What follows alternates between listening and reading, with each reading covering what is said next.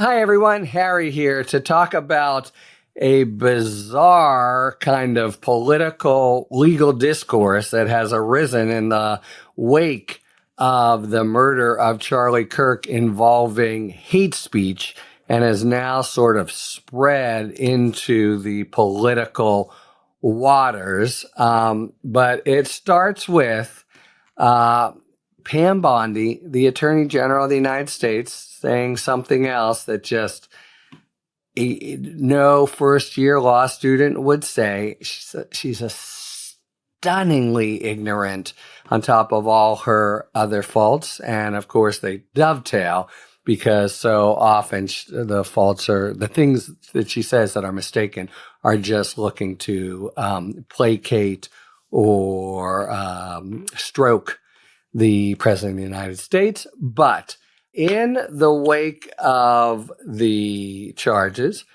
Bondi has been viciously on the Trump plan of saying this is all nasty leftists and we've got to go after them. Really, first of all, such a controversial thing to say, even if there were any legal basis to it. Like, what do you mean we're going to go after leftists generally? Because one could be kook, could be nasty, could be the most malevolent guy ever, shot Charlie Kirk, and that's going to be your reign of terror. Total, lack of connection and extremely troubling, but that's for starters. The immediate point is she comes out of the box and says, we're going to come after you. There's free speech and there's hate speech. There's no place, especially now, especially after what happened to Charlie in our society. We will absolutely target you, go after you if you're targeting anyone with hate speech.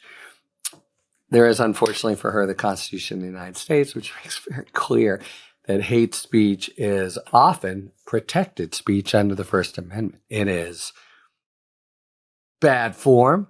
Won't get you invited to parties, could potentially, this is another aspect that is being played out now, get you fired at your work, maybe, but it's not something that the Department of Justice can come after you for unless there are, and even these are controversial, but there are federal statutes that say if you do certain crimes of violence and there's a hate speech component, you did it because you had this extra element of animus or hatred based on typically protected characteristics under the Constitution, race, religion, sexual identity, etc.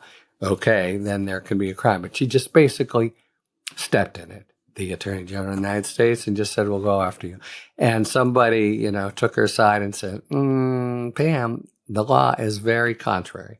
And so she quickly tried to paper that over and now say, hate speech that crosses the line into threats of violence is not protected by the first. That crosses the line. And that's the whole ball game, of course. When does it cross the line, etc. But so she walks that back. Now, this interestingly dovetails with the whole kind of fight that the Kirk assassination and other things bring to the fore, because you have a conservative MAGA and even right of MAGA view that's been very adamant or protective about so-called hate speech. Let's for now just call it, nasty, aggressive speech. Look, Charlie Kirk himself had some pretty virulent things to say about role of women in society,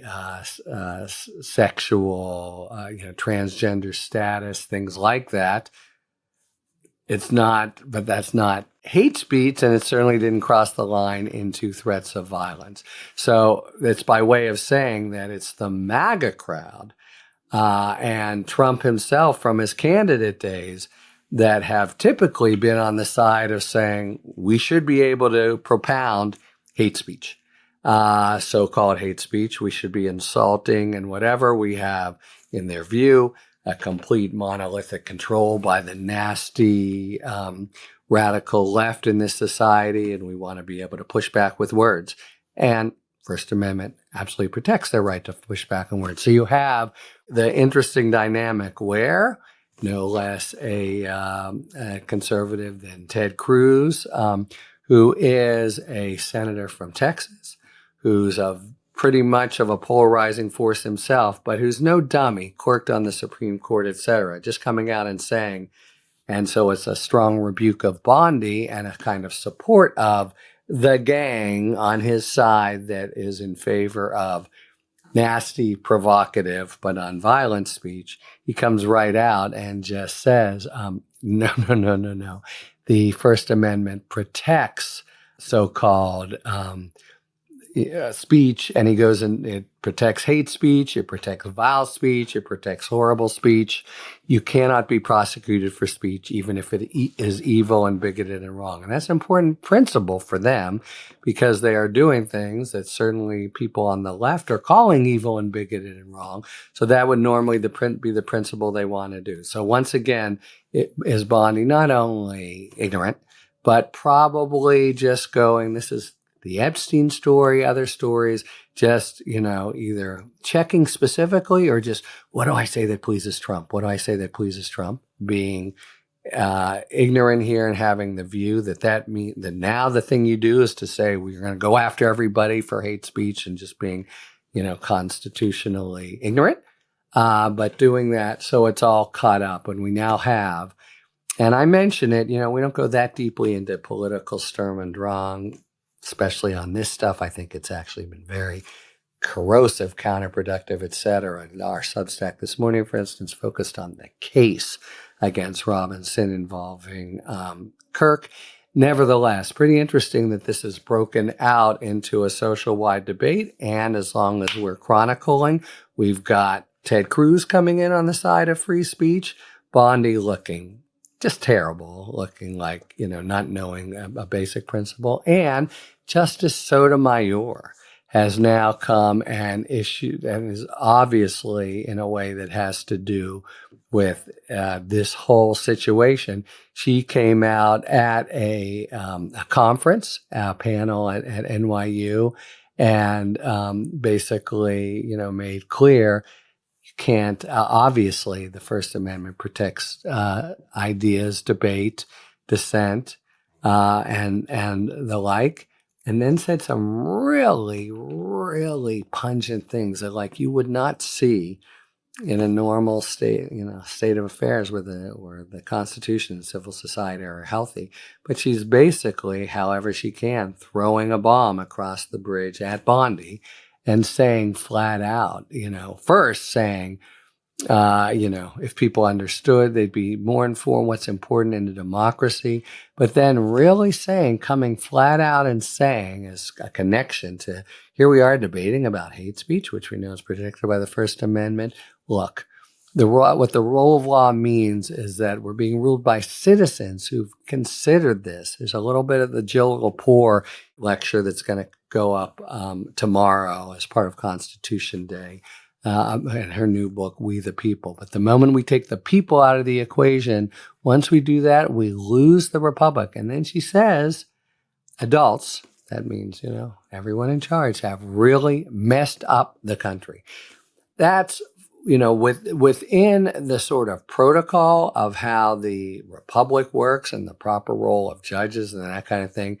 Man, oh man, that is a bomb to actually be saying that, and is just emblematic of, we are so hurting that some, the AG says something outrageous and dangerous, and you have first a Republican senator and now a Democratic justice try to, push back on it and challenge it. And I'll just end with a few comments on Kash Patel, head of the FBI, who has today, Wednesday, and yesterday, his oversight hearing in the Senate. This came up. So this is his sort of stock in trade.